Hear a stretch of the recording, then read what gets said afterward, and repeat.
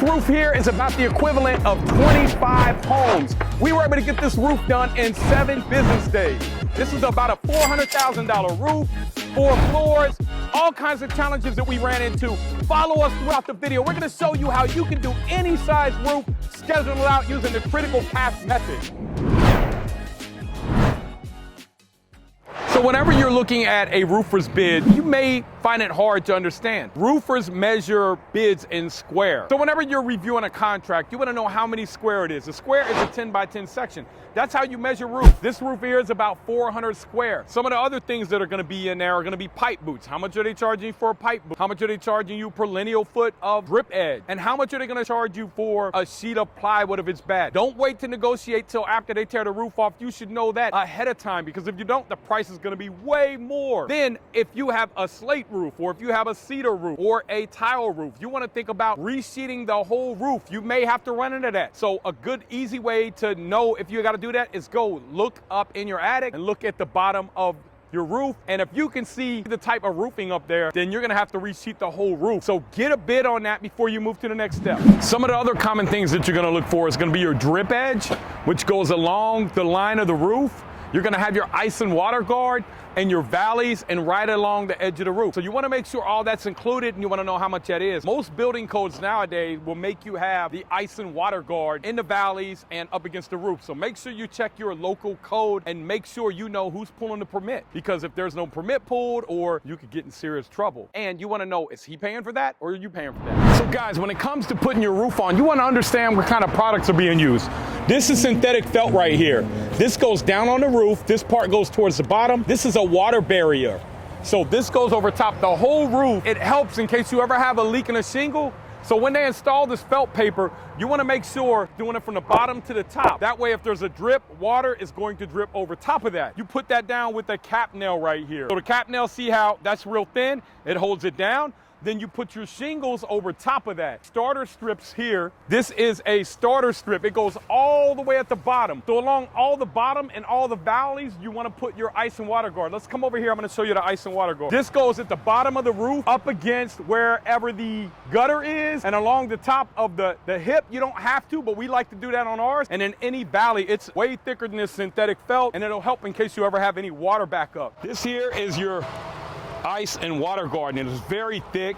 The bottom of it's very sticky, as you can see. And right here, it has like a shingle type texture on it, and that will keep you from getting leaks if water starts to build up down there at your gutter line. Then you have your shingles that you put down over top of that. Use these 1 3/4 nails. Some people hand nail, but when you're doing a big commercial job like this, nobody's gonna really hand nail. And look at this. You see the ridges in here? That's good, because that'll keep that from popping out. Once it goes down into that wood, it kind of locks it in place. And then you have your ventilation system here. You want to have a slit in the top to allow this to ventilate. This goes on top of your roof. You put this down here with these big old nails here. 3-inch, 4-inch, make sure they go into solid wood, and then you put your shingles over top of that. So let's go over here. I'm gonna show you the shingles. These are 30-year, 3-dimensional shingles. It's already cut up to go right over top of this ridge cap right here. Then in addition to that, you may have your 750 vents, which are right here. These are additional ventilation right here. 750 roof vents. Come on over here, I'll show you the box here. Boots, your new pipe boots that you have to put up. You also got your drip edge that goes at the edge of your roof. This is your drip edge here. This will come out. This will give you a nice clean finish here. This here will allow to just lay over top of your gutter to let the water drip right down into there. So this goes on after your ice guard. This is almost like the last thing to put on. So right here goes the pipe boots. These go over top of all of your existing boots. It slides over. Your sewage stacks coming out the ceiling. You want to make sure that's nice and tight. You want to make sure that the shingles are coming down. They're not back here, because then you'll leak. You want to make sure that it goes in like that. And make sure that this goes in at the proper angle and sits where the pipe is coming out of there flush. So when you're breaking down a project like this, you want to think about the logistics of the project. How you're going to get the material up on the roof. How the people that are in there sleeping are going to be able to sleep. So we had to come in and plan this out with the general manager of the hotel. If you're on an apartment or a house, you may want to talk to the neighbors about what's a good time to start. You don't want to piss your neighbors off. You don't want to piss your tenants off.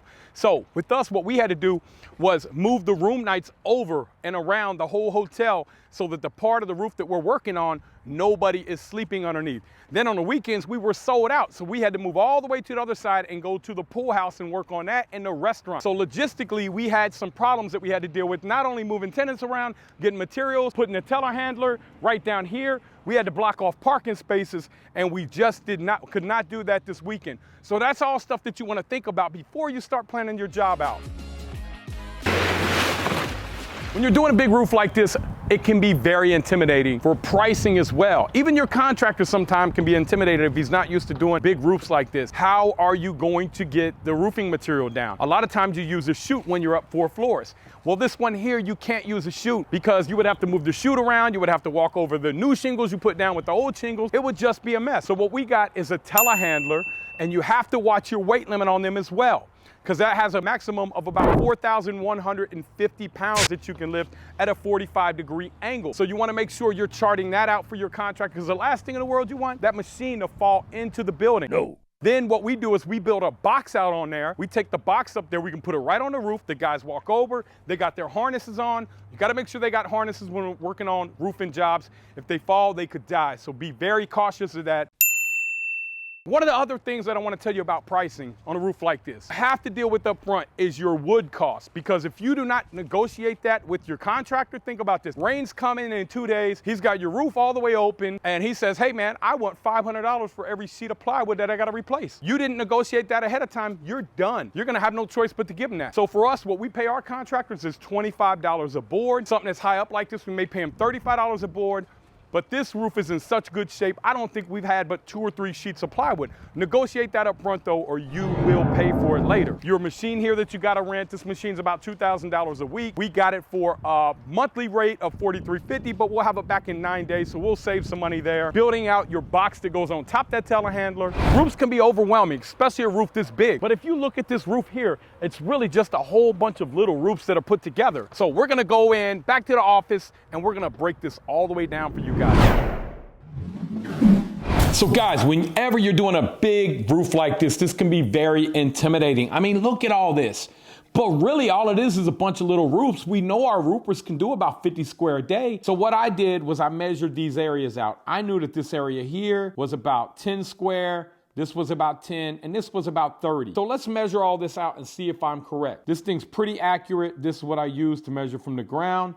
It's called field area measure. I use it all the time. I use it just to double check the measurements. We also use Eagle Eagle View or something like that. Pull this out and see about how many square this is, guys. So if you do the perimeter, you set this field area measure is the name of this app. It's 4,688 square feet. So let's just say 4,700 square feet. Now we're gonna jump over here to calculator.net, 4,700 square feet with a 512 pitch. The eaves don't stick out at all. That's 5,092 square feet. Again, guys, a square is a 10 by 10 section. So that's 50 square. Our guys can do 50 square in a day. So how are we going to get this roof done? Did we get it done in 7 or 8 days? Well, let me break it down and show you. I put this graph together to simplify it for you guys. So guys, look, this is day 1, about 50 square, okay? Then we're gonna jump over to day 2.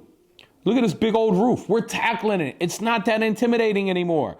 That was Thursday. Friday, we were sold out, so we had to move away. This was your Friday, day 3 roof. We came over here.